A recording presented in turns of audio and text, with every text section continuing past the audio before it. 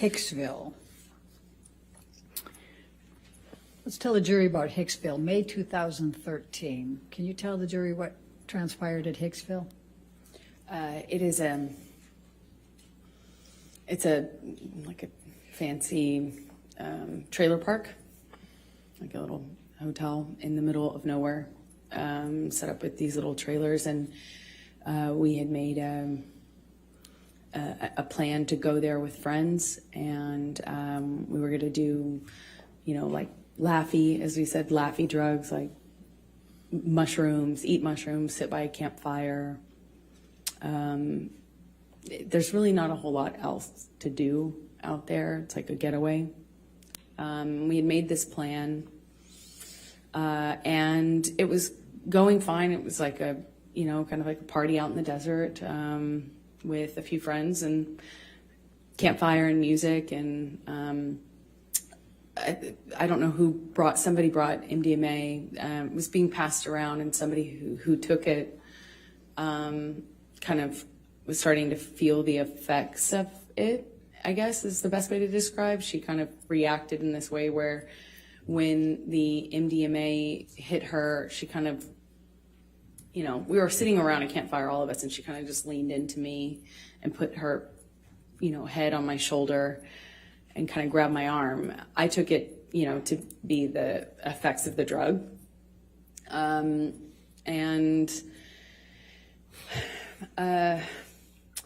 think I had eaten a mushroom cap, but was not feeling anything at the time. I don't remember feeling anything because the night just kind of changed pretty dramatically before I really felt anything of the effects of that. But that was the environment we were in, and as soon as she kind of did this thing where she leaned into me, Jonny gets really activated. He gets really upset, and he starts, well, at first she thought he was kidding too. She thought he was kind of making a joke. I think we all did. Everyone kind of responded at first, that like it was a joke, but he was like, hey man, what are you doing? What do you think you're doing? And she kind of giggled and kind of leaned into me more. And I knew in my body just instantly that it wasn't a joke, but she didn't. So she's kind of still attached to my arm when he says it again to her louder. He says, hey man, you think you're touching my fucking girl? You think you're touching my fucking girl? That's my fucking girl. And he gets louder and louder. And she kind of did this thing, half understanding what was going on. I think she kind of started to cry at this point, but she kind of threw up her hands, and Jonny grabbed her wrist and kind of twisted it and pulled her into him and said, do you know how many pounds of pressure it takes to break a human wrist? Huh? And he kind of held her, and she just looked frozen. And she's crying, and was just denying understanding what was going on. I stepped in. I kind of take Jonny's arm around, kind of take Jonny's hand, and kind of we start communicating. I don't remember if he immediately was accusing me or if it was sometime after. I wish I remembered, but we agreed that we'd go and talk about it in the trailer.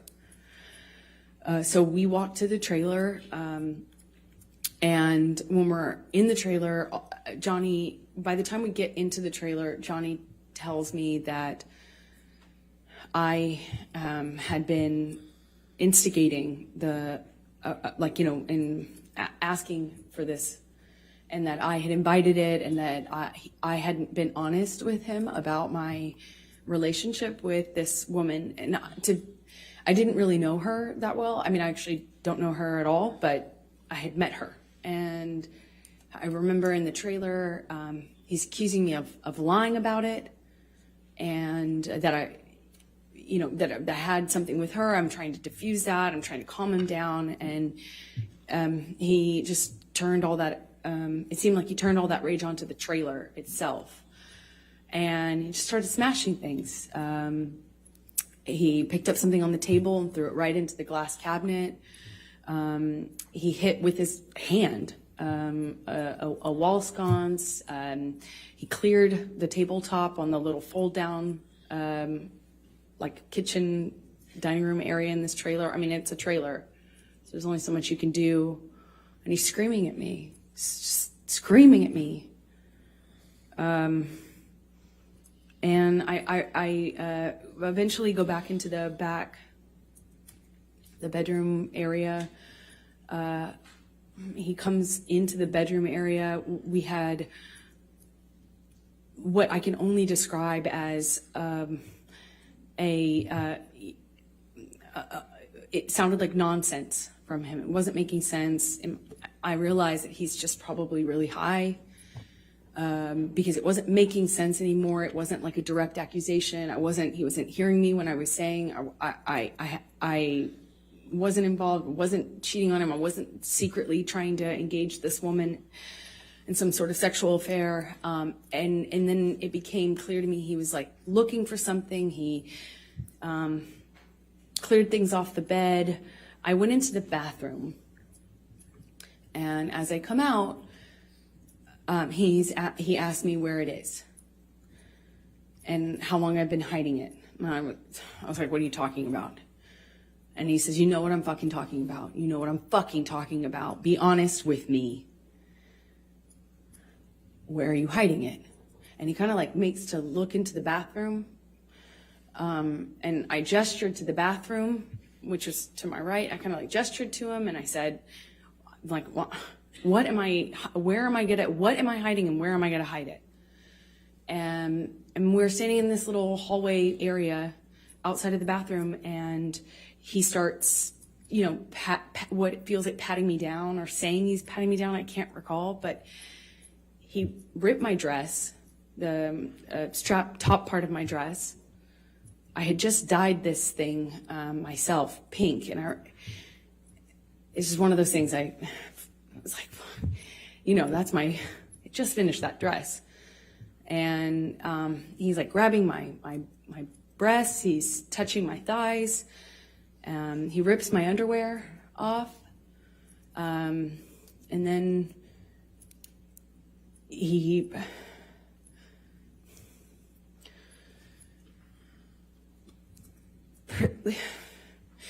proceeds to do a cavity search.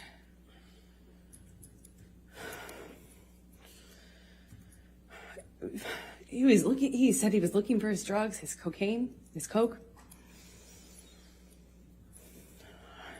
I was wondering how somebody who didn't do cocaine and was against it, that was in and of itself causing problems in our relationship.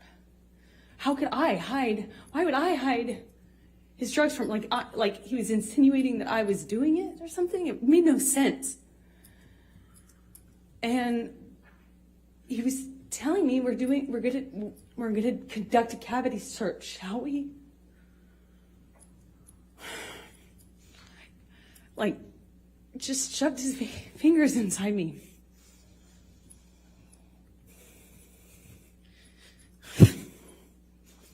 And I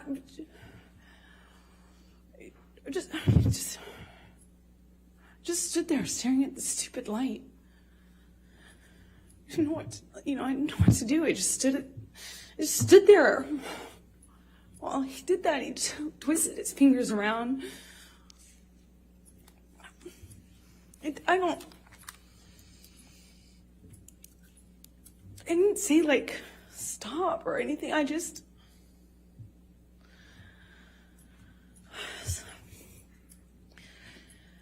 So the next morning, what transpired?